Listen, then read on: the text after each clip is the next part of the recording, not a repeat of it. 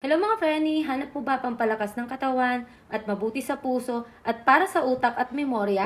Pampalakas ng resistensya, mabuti sa buto at low fat kung tama ang luto. Tara, luto tayo. Guys, kawawa yung lobster. Lulutuin ko today.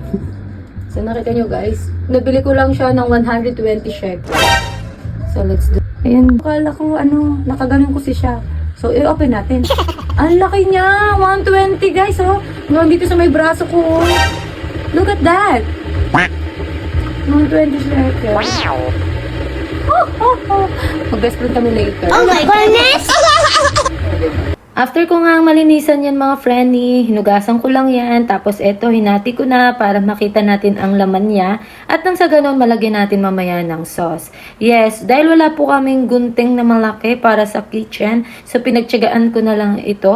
Ayan mga Frenny, pinipilit ko siyang i-open na hindi rin dapat masisira ang kanyang shell. After nyo nga mahati yan mga Frenny, pinupush ko siya sa ilalim. Supposed to be dapat mauna yon. Pero dahil excited na akong i-open ito talagang inuna ko. Dahan-dahan ko nga itong binubuksan para hindi rin masira ang kanyang shell o ang kanyang katawan. Ayan, nakikita nyo na ba guys? Kahit hindi pa luto, ang sarap ng kainin. Pero dahil ayoko po ng ganon, lutuin muna natin It's time to cook mga Frenny. Ayan, pinakuluan ko lang po yan mga Frenny. Tapos lumipat na po ako ng isang kawali para doon ko naman siya pakuluan ng pineapple juice. Yes, pineapple juice po ang ginagamit ko pampatanggal ng lansa. Especially sa mga seafoods. After kulo, syempre, ayan, niready ko na yung butter natin sa isang kawali ulit. At tapos, ayan, tunawin lang po natin isang butter. Yes, kasi dahil malaki ang ating lobster.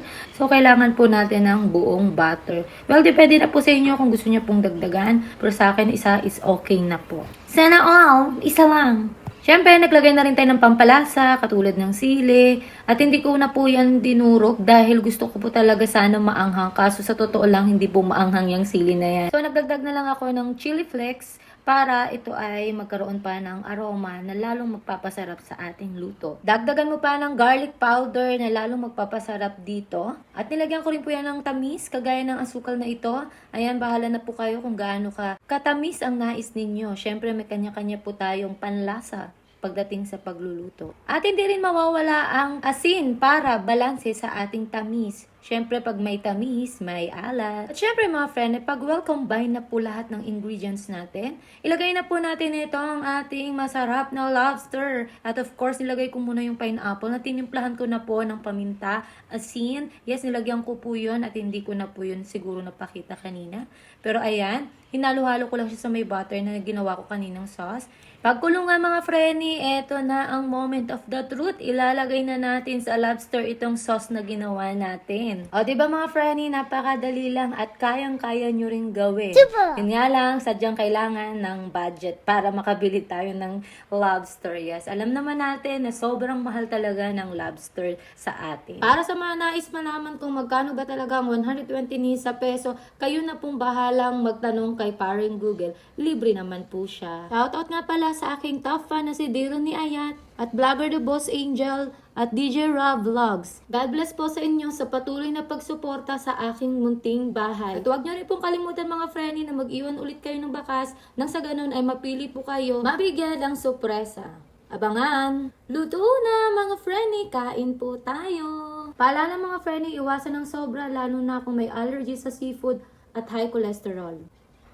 Ako si Christine Diary at ito ang kwento ng ating lobster experience. Kita-kits sa susunod na biyahe! This channel does not promote or encourage any illegal activities. All contents provided by this channel for content purposes only.